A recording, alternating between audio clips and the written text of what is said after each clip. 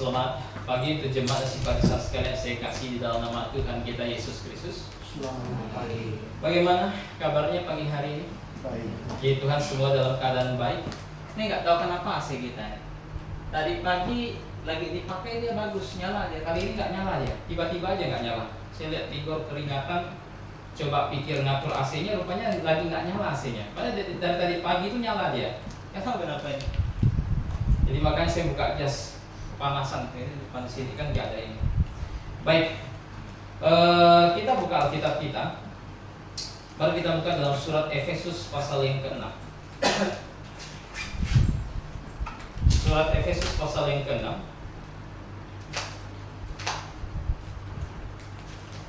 Kita masih lanjut pembelajaran kita dari ayat yang ke-10 hingga ayat yang ke-18. Efesus pasal 6 ayat ke-10 hingga ayat ke-18. Jika sudah menemukannya, kita akan baca silih berganti. Saya akan baca ayat 10, kemudian jemaat dan simpatisan ayat ke-11, demikian silih berganti hingga ayat yang ke-18. Efesus pasal 6 ayat 10 hingga 18. Akhirnya hendaklah kamu kuat di dalam Tuhan, di dalam kekuatan kuasa-Nya. Kenakanlah seluruh perlengkapan senjata Allah, supaya kamu dapat bertahan melawan tipu muslihat iblis. Karena perjuangan kita bukanlah melawan darah dan daging, tetapi melawan pemerintah-pemerintah, melawan penguasa-penguasa, melawan kuasa-kuasa dunia yang gelap ini, melawan roh-roh jahat di langit. Sebab itu, ambillah seluruh perlengkapan senjata Allah, supaya kamu dapat mengadakan perlawanan pada hari yang jahat itu, dan tetap berdiri sesudah kamu menyelesaikan segala sesuatu. Jadi, berdirilah tegap, berikat pinggangkan kebenaran, dan berbaju jirakan keadilan.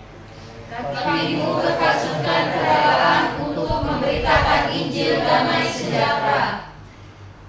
Dalam segala keadaan pergunakanlah perisai iman.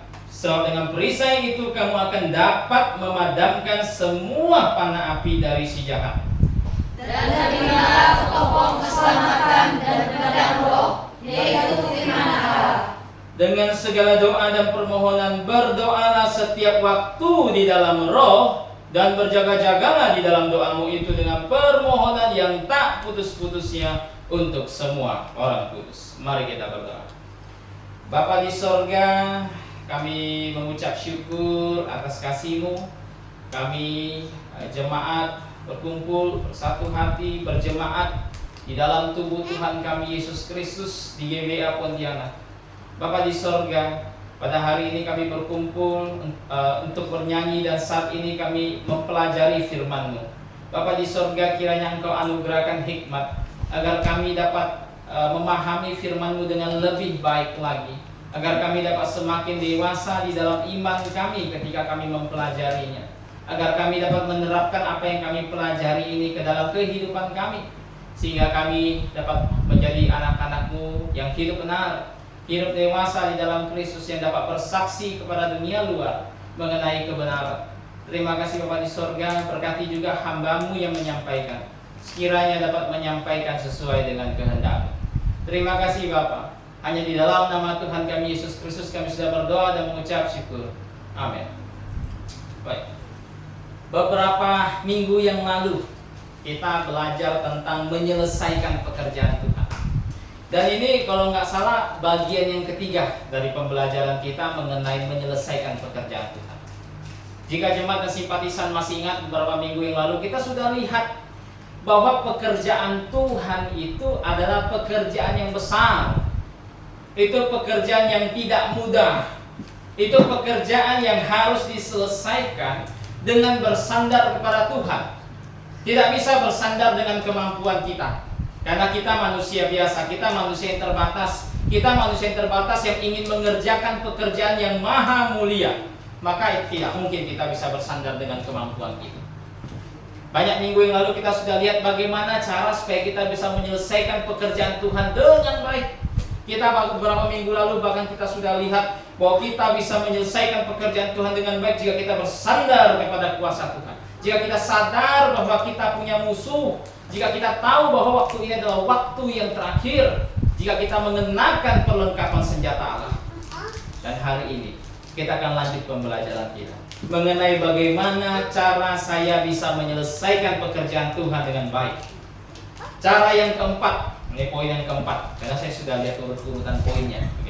Cara yang keempat, saya bisa selesaikan pekerjaan Tuhan dengan baik jika saya mengikatkan diri saya dengan ikat pinggang kebenaran. Kita baca di ayat 14.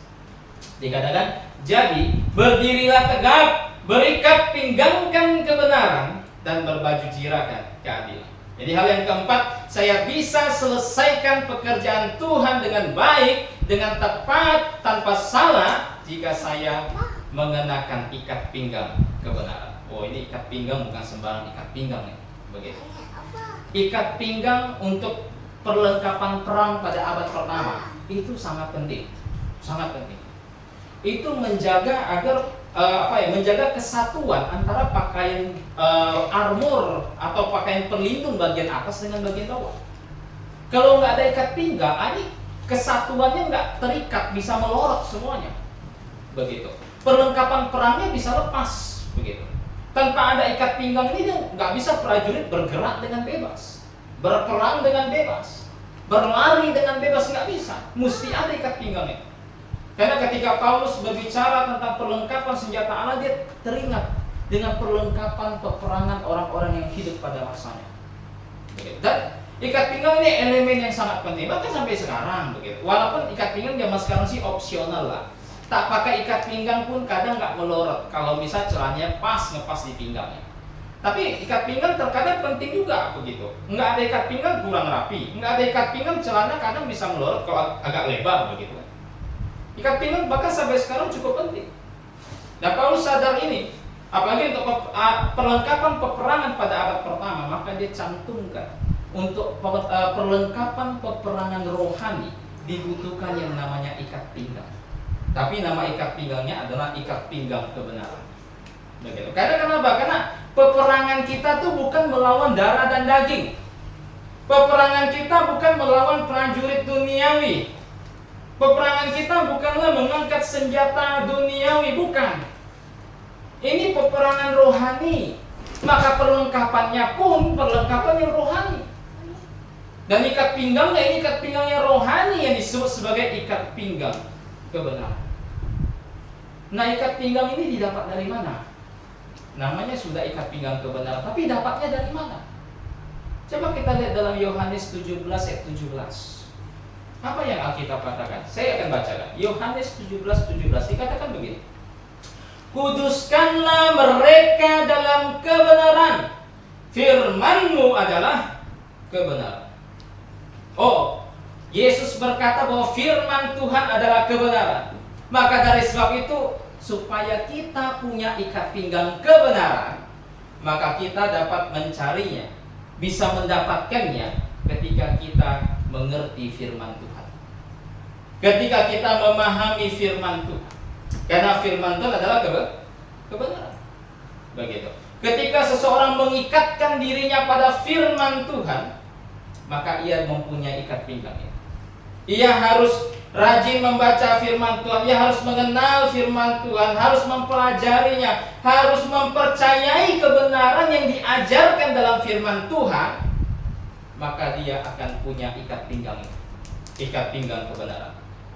Siapapun yang tidak mempercayai kebenaran firman Tuhan, yang tidak mau membaca dan mempelajarinya, ya sudah, dia akan seperti prajurit buta yang masuk dalam perang.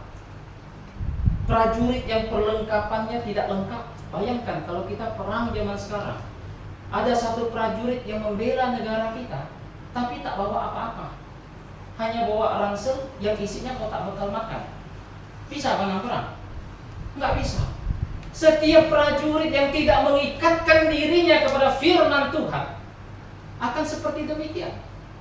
Perang dengan tangan kosong. Lawan memakai panah api. Oh, ini bukan hanya panah api. Tembus, luka, terbakar. Kan begitu. Ini pun tak bisa kita selesaikan, tak bisa kita ikut perang jikalau kita mengikatkan diri kita kepada teori-teori manusia, kepada pengajaran-pengajaran manusia. Nggak bisa. Banyak gereja zaman sekarang bukan mengajarkan firman Tuhan lagi. Yang mereka ajarkan apa? Teori-teori manusia, pengalaman-pengalaman manusia.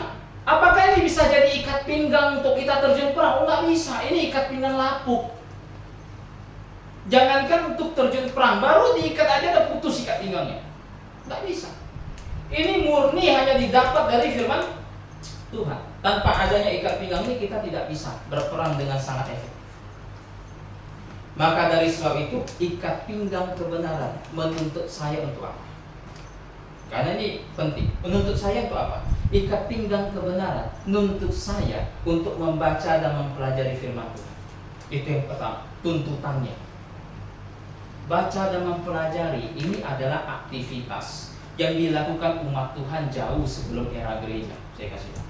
Jauh sebelum era gereja. Dalam Nehemia pasal 8 ayat 4 dan 9. Ketika Israel pulang dari tanah Babel, terjadi kebangkitan rohani yang sangat besar di antara bangsa Israel. Wah, semuanya bergairah kepada firman Tuhan. Semuanya bergairah kepada Tuhan. Karena mereka pulang ke tanah mereka.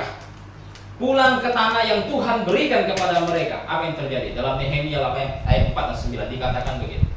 Kalau di dalam LAI ayat ke-5 dan ayat ke-10 dikatakan, Ezra ahli kitab itu berdiri di atas mimbar kayu, katanya. Mimbar kayu ini kan bukan mimbar kayu gitu. Mimbar kayu yang dibuat untuk peristiwa itu, di sisinya sebelah kanan berdiri Matika, Sema, Anaya, Uria, Hilkiah, dan Maaseya. Sedang di sebelah kirinya berdiri Pedaya, Misael, Malkia, Hasbadana, Zakaria, dan Bisulam. Lalu Nehemia, yakni kepala daerah itu, dan Imam Ezra ahli kitab itu, dan orang-orang Lewi yang mengajarkan orang-orang itu berkata kepada mereka semuanya, hari ini adalah kudus bagi Tuhan Allahmu. Jangan kamu berduka cita dan menangis, karena semua orang itu menangis. Karena semua orang itu menangis ketika mendengar kalimat-kalimat Taurat itu. Mereka dibacakan firman Tuhan. Mereka dibacakan Taurat Tuhan. Bukan hanya dibacakan, bahkan dikasih tahu maksud dari Taurat yang dibacakan itu apa. Ini aktivitas yang sudah ada bahkan sejak zaman itu. Bahkan sebelum itu, ketika Musa diturunkan hukum Taurat, Tuhan sudah pesan kepada Musa untuk ajarkan ini, untuk bacakan ini, untuk tulis ini, dibacakan untuk semua umat. Ini bukan aktivitas yang baru di zaman ini. Ini aktivitas yang sudah berlangsung di antara umat Tuhan. Karena Tuhan tahu persis bahwa dengan perkara satu ini, seseorang imannya bisa dewasa di dalam Kristus. Seseorang imannya bisa bertumbuh. Tanpa membaca dan mempelajari, maka orang tersebut imannya kerdil. Dia akan menjadi bayi rohani yang tidak bertumbuh sekalipun sudah bertahun-tahun jadi orang Kristen. Sekalipun sudah puluhan tahun jadi orang Kristen, dia tidak akan bertumbuh sama sekali. Dan kalau dia tidak bertumbuh sama sekali, apakah itu tidak berbahaya? Banyak orang Kristen tuh ngomong gini sama saya, nggak usah baca Alkitab, nggak usah belajar Alkitab, nggak usah begitu kita giat melayani. Yang penting kita kalau mati masuk surga. Kata mereka mah, jadi tukang sapu pun tak apa. Nah, masalahnya surga kan nggak perlu tukang sapu kan begitu. Nah, apakah tidak berbahaya kalau saya tidak membaca dan mempelajari firman Tuhan? Apakah tidak? Jawabannya sangat berbahaya, saudara. Sangat amat berbahaya. Coba kita lihat bahayanya itu apa.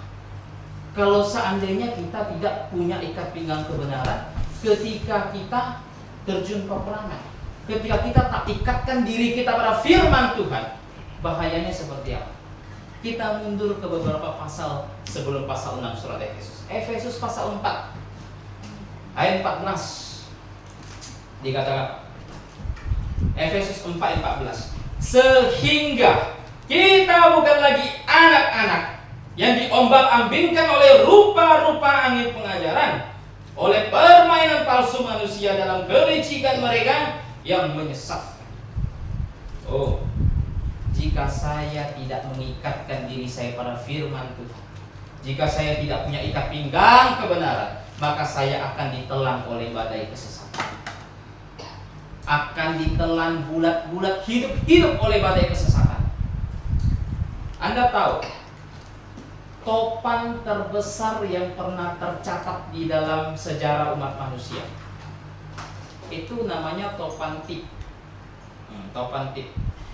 Dia itu terjadi tahun 1979. Dan topan ini demikian besar sampai dianggap sebagai topan terbesar. Kenapa? Karena diameternya itu 2220 km. Diameter topan ini. Oh, kira-kira sebesar apa itu kan? 2220 km diameternya. Oh, kalau itu ngantam Kalimantan sih, terangkat semua rumah itu. Sangat besar.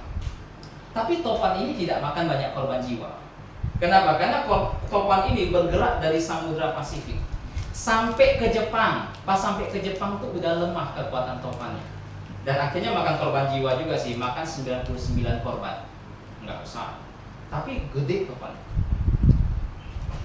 Topan yang tercatat memakan banyak korban jiwa itu topan yang pernah terjadi di Bangladesh. Terjadi tanggal 13 November 1970. Nama topannya topan bola. Dia topan ini memakan korban jiwa 300.000 sampai 500.000 orang mati. Infrastruktur rusak semua.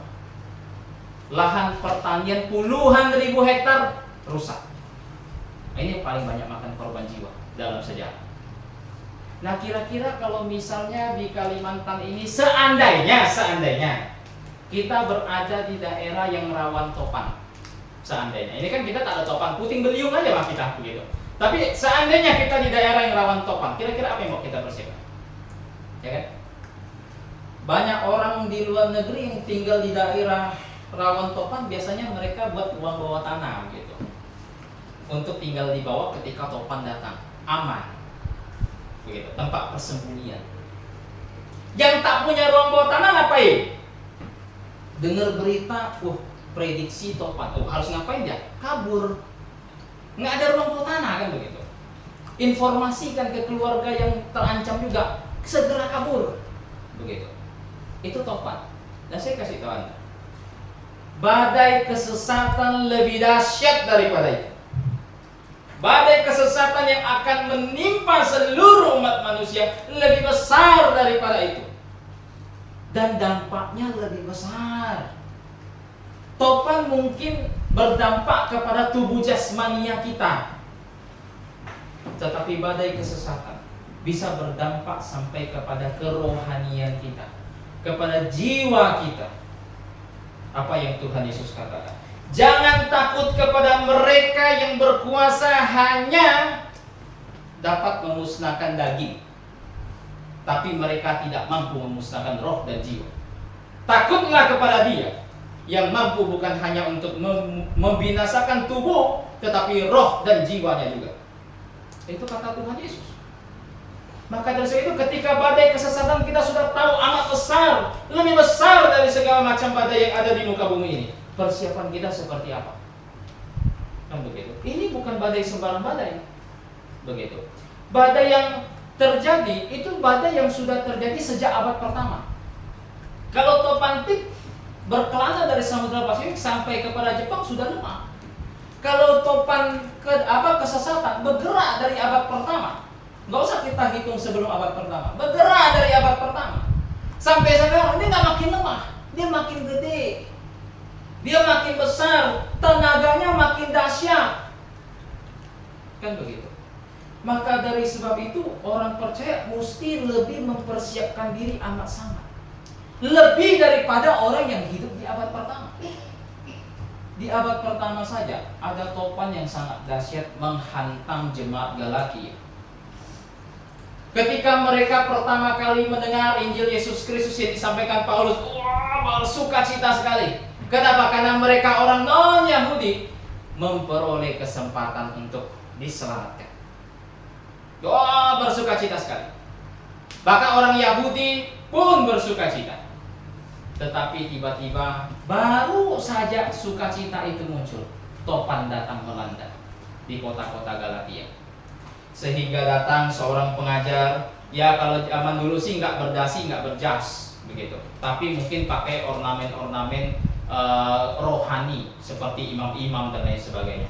Datang ke kota-kota Galatia, ngajarin percaya Yesus saja tidak cukup, perlu ditambah yang namanya sunat, perlu ditambah namanya mematuhi hukum Taurat. Intinya perlu nambah sesuatu, karena percaya Yesus saja tidak cukup.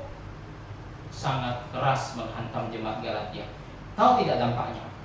Dampaknya adalah hampir, mungkin bisa dikata mayoritas jemaat Galatia itu hampir saja murtad, meninggalkan iman mereka yang sejati. Hampir.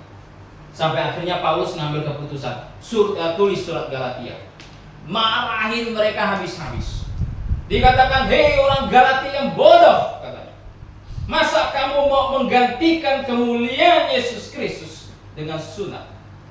Jikalau engkau disunatkan supaya bisa diselamatkan, maka kamu terpisah dari Kristus. Saking berapi-apinya Paulus, tidak mau jemaat Galatia itu murtad. Begitu. Besar sekali dampaknya. Zaman sekarang lebih hebat lagi. Enggak hanya ditambah sunat, tidak hanya ditambah hukum Taurat, ditambah melakukan apapun yang bisa dikerjakan ditambahkan dalam kekristenan. Entah tambah baptisan kah, entah tambah perjamuan kah, entah tambah hidup saleh kah, tambah apapun, semua ditambah. Begitu. Kenapa? Karena iblis berusaha untuk menyelewengkan Injil yang sejati itu, Injil yang sederhana, yang Paulus katakan bahwa ini adalah kepercayaan yang sederhana, yaitu percaya kepada pengorbanan Yesus Kristus, kematian, penguburan, kebangkitannya, dan kita dituntut hanya apa? Tobat dan percaya. Hanya itu saja.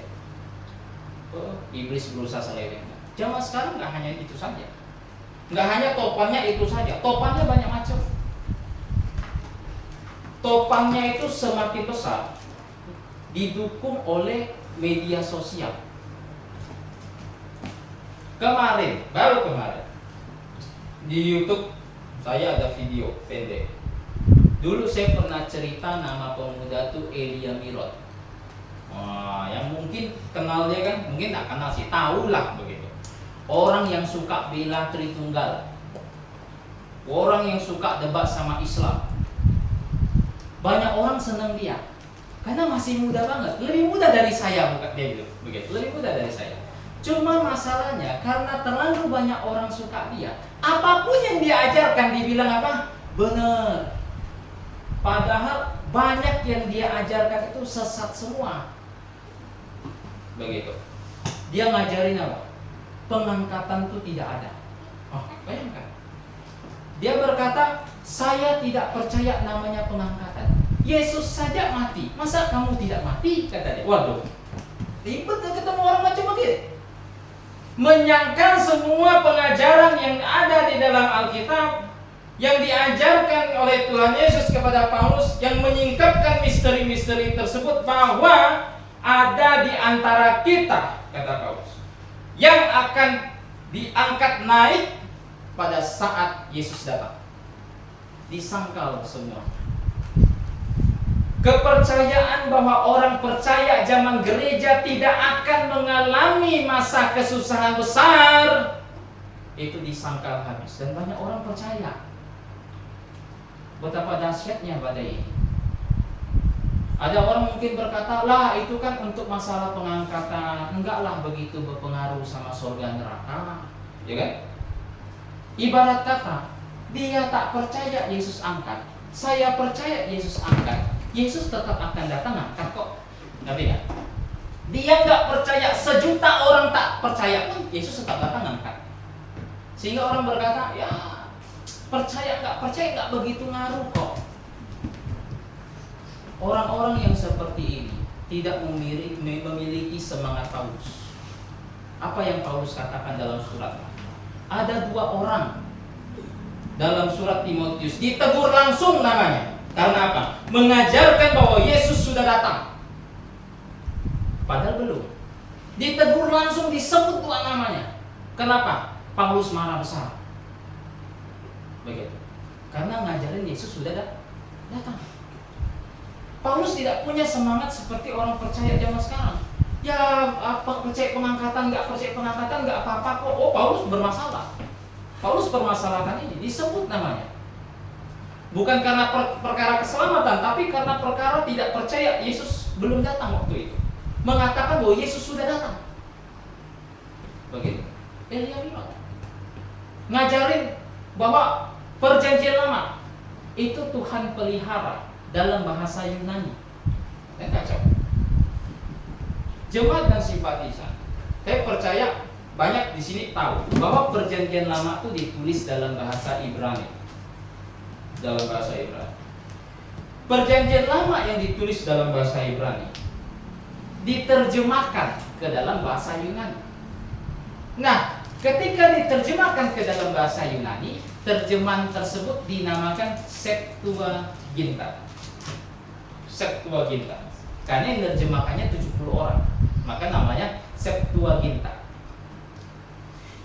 Tapi dalam Alkitab, Allah tidak pernah ngomong akan pelihara terjemahan. Tak pernah. Allah tak pernah ngomong. Di dalam Alkitab Allah berkata bahwa Dia akan pelihara Alkitab dalam teks aslinya, dalam teks bahasa yang digunakan pada saat penulis tulis kitab tersebut. Kalau perjanjian lama berarti Tuhan pelihara teks Ibraninya. Kalau perjanjian baru ditulis dalam bahasa Yunani. Tuhan pelihara teks Yunaninya. Tuhan tak pernah pelihara terjemahan, saudara. Begitu.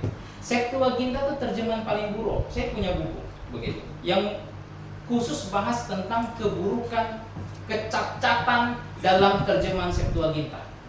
Sangat buruk. Hanya orang bodoh yang percaya Septuaginta Tuhan pelihara.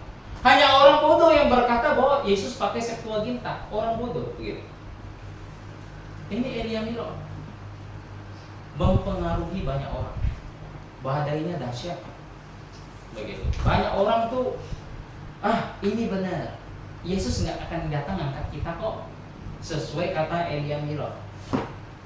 Ini benar. Perjanjian lama Tuhan tidak lagi pelihara, yang Tuhan pelihara itu terjemahannya. Tidak hanya itu. Ada banyak gereja yang ada di sekitaran kita percaya dengan satu doktrin yang aneh, yaitu doktrin yang disebut sebagai hyper grace. You berdosa, kita berdosa, kita melakukan dosa setelah bertobat dan percaya, tidak masalah.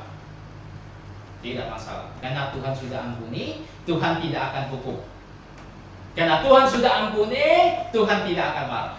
Pada dalam Ibrani pasal 12, ketika anak Tuhan berbuat dosa, Tuhan hukum mereka.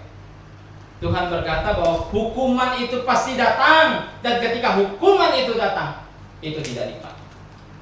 Jadi dan badainya tuh ada banyak macam, sangat banyak. Kalau kita mau survei satu persatu tuh nggak habis. Terlalu banyak. Kekristenan tuh ada banyak warna, sejutaan warna saya rasa nggak cukup. Anda bisa bayangkan betapa besarnya badai tersebut, dan kita itu tinggal di antara badai tersebut. Nah, kira-kira kita harus ngapain? Kalau berhadapan dengan topan fisik, ya kita harus buat ruang bawah tanah. Kalau berhadapan dengan badai kesesatan, kita harus mempelajari firman Tuhan dengan sangat baik, agar jangan sampai kita jadi korban berikutnya. Jangan sampai perkataan Paulus itu tertuju kepada kita, hai orang-orang Galatia yang bodoh. Jangan sampai begitu. Kita harus persiapkan diri yang sama. Itu yang terjadi kalau misal kita tidak mengikatkan diri kita kepada firman Tuhan. Tapi nggak hanya itu, saudara. Tidak hanya ada badai kesesatan yang mengancam kita, yang bisa memurtadkan kita. Tapi kesesatan, badai kesesatan yang ada ketika saya tidak mengikatkan diri saya kepada kebenaran, ketika saya tidak mengikatkan diri saya dengan ikat pinggang kebenaran, maka bisa saja saya kehilangan upah yang menanti saya. Bisa saja. Hidup kekristenan itu tidak hanya kenal yang namanya jalan masuk ke surga. Hidup kekristenan itu kenal yang namanya upah di surga. Tidak hanya jalannya, tapi upahnya. Tidak hanya bagaimana masuknya, tapi bagaimana hidup di sana. Kekristenan diajarkan permasalahan ini. Dan permasalahan upah ini semua bergantung kepada hidup kita saat ini. Bergantung kepada detik kita saat ini. Apapun yang kita kerjakan, apapun yang kita lakukan, apapun yang kita gumulkan, apapun yang kita korbankan, semuanya itu dapat mempengaruhi upah kita di sorga. Begitu. Anda bisa bayangkan jikalau ada orang yang tidak mengikatkan diri dengan ikat pinggang yang baik, melayani Tuhan dengan metode manusia. Karena nggak pakai ikat pinggang kebenaran, akhirnya melayani Tuhan dengan metode manusia. Pergi biar gereja rame, dibuat lampu kelap-kelip di sebelah kiri, sebelah kanan, ya kan? Dibuat ada panggung tinggi yang bisa nembak asap, supaya pemuda-pemudi rame mau datang. Dengan harapan ketika pemuda-pemudi rame datang, kita injili. Akhirnya melayani dengan metode manusia. Gereja dibuat seduniawi mungkin supaya dapat diterima. Dengan semakin banyak orang datang, punya kesempatan besar memberitakan Injil. Begitu. Ini yang terjadi. Kalau itu terjadi, saudara, maka tidak ada satupun pekerjaan kita yang akan lolos uji dari api yang Tuhan buat, dari api yang Tuhan miliki, yaitu firman Tuhan. Dalam 1 Korintus pasal 3, segala perbuatan kita di muka bumi semuanya akan diuji dengan api. Dilewatkan, saudara. Api itu sifatnya membakar. Itu dilewatkan saja, orang logis-logisnya pasti kebakar habis, kan begitu.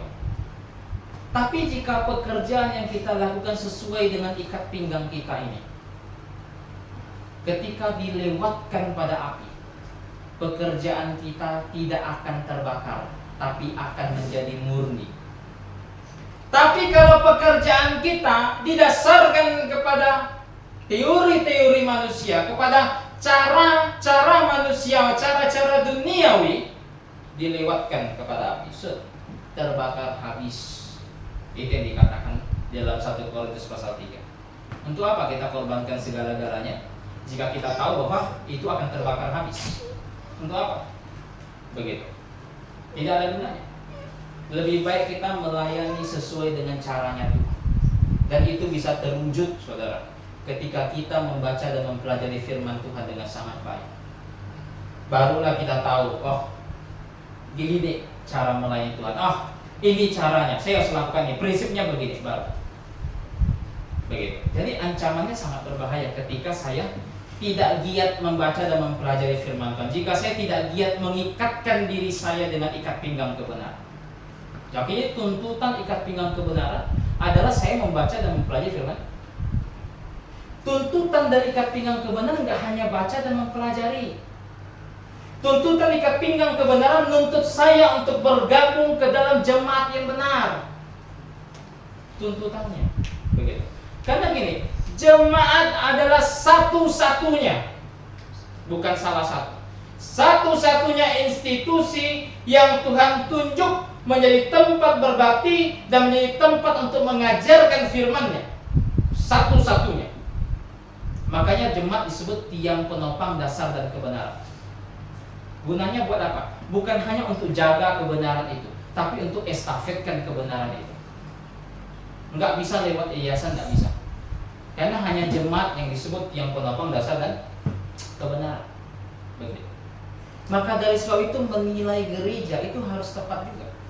Kalau salah masuk gereja, kita akan diberikan tiap minggu itu ikat pinggang yang lapuk dari tali rafia, yang tidak bisa mengikat diri kita untuk terjun dalam peperangan. Kita keluar dari gedung ini itu sudah ranah peperangan. Kalau tiap minggu hanya dikasih tali rafia, yang apa guna? Begitu. Buang semua teori manusia yang berkata begini, bahwa gereja itu semuanya sama. Semua gereja membentuk satu tubuh Yesus Kristus. Buang semua teori konyol itu. Begitu. pengajaran tersebut muncul ketika Martin Luther keluar dari Roma Katolik. Slogan Roma Katolik apa? Di luar gereja tidak ada keselamatan. Martin Luther keluar dari gereja, berarti Martin Luther harus mati masuk mana kalau menurut Katolik? Neraka. Karena di luar gereja tidak ada Kata Luther gampang. Oke, saya keluar dari gereja fisik, tapi saya tidak keluar dari tubuh Tuhan. Kenapa? Karena tubuh Tuhan tidak kelihatan. Wah, mantap slogannya Luther itu. Karena tubuh Tuhan tidak kelihatan, tubuh Tuhan adalah gabungan semua gereja di muka bumi. Itu slogannya Luther. Jadi tidak peduli jadi dari gereja apa, gereja Baptis kah, Karismatik kah, Pentakosta kah, Katolik kah, Advent kah, terserah mau dari gereja mana. Terserah mau denominasi apa, yang jumlahnya sudah sejutaan, terserah. Kita semua itu tergabung di dalam tubuh yang sama. Fisik boleh beda, doktrin boleh beda, tapi secara rohani kita sama. Inilah hasil dari pengajaran bahwa tubuh Yesus itu terbentuk dari semua gereja yang bersatu padu menjadi tubuh Tuhan. Jadi ada sejuta gereja di muka bumi, sejuta itu membentuk satu tubuh Tuhan, yang dikenal dengan paham konsep universalisme dalam tubuh Tuhan. Akhirnya apa? Ngapain separasi? Ngapain pikirkan mau masuk gereja apa? Terserah mau masuk gereja apa. Karena semuanya sama di dalam Yesus Kristus. Gereja yang saya masuki, ya mungkin dia adalah tangan Kristus. Gereja yang sana yang dimasuki, mungkin dia kaki Kristus. Gereja yang sana mungkin dia adalah badan Kristus begitu. Karena semuanya sama di dalam Yesus Kristus. Ini teori manusia. Di dalam Alkitab, gereja disebut tubuh Tuhan. Gereja disebut tubuh Tuhan bukan dalam pengertian seluruh gereja di muka bumi ini membentuk satu tubuh Tuhan. Bukan.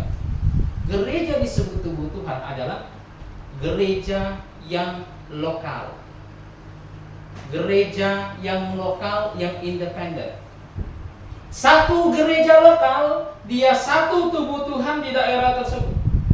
Satu tuh gereja lokal di tempat lain, dia satu tubuh Tuhan di tempat lain. Satu gereja lokal di ujung sana, dia tubuh Tuhan yang ada di ujung sana. Alkitab mengajarkan tubuh Tuhan, gereja itu ada banyak. Luther ngajarin tubuh Tuhan hanya berapa? Satu. Semua gereja membentuk tubuh Tuhan. Alkitab mengajarkan sekali lagi tubuh Tuhan ada banyak. GBA Pontianak, tubuh Tuhan yang ada di Pontianak tepatnya di Jalan Nusa Indah 1. Kemudian GBA Remnan yang ada di Sungai Ambau kilometer 50 itu tubuh Tuhan yang ada di Sungai Ambau kilometer 50 itu tubuh Tuhan juga. Tubuh Tuhan yang berbeda. Ini Alkitab ajarkan. Dalam konsep kata eklesia itu eklesia artinya gereja. Dalam konsep penggunaan kata eklesia atau kata gereja di dalam Kisah Rasul 19 dan Kisah Rasul 7 sendiri mengharuskan tubuh Tuhan itu bersifat lokal. Maka dari sebab itu tidak ada paham yang berkata semua gereja sama, satu di dalam Kristus. Tidak ada. Tiap gereja beda. Bisa jadi dia tubuh Tuhan, bisa jadi dia bukan. Dia tubuh Tuhan atau bukan bergantung kepada apa yang dia ajarkan. Apakah dia mengajarkan sesuai dengan firman Tuhan atau tidak? Jika tidak sesuai, dia bukan tubuh Tuhan. Tinggalkan itu. Percuma begereja di situ. Begitu. Karena kalau terus begereja di situ, Anda begereja di tempat orang kasih kamu ikat pinggang dari tali rafia.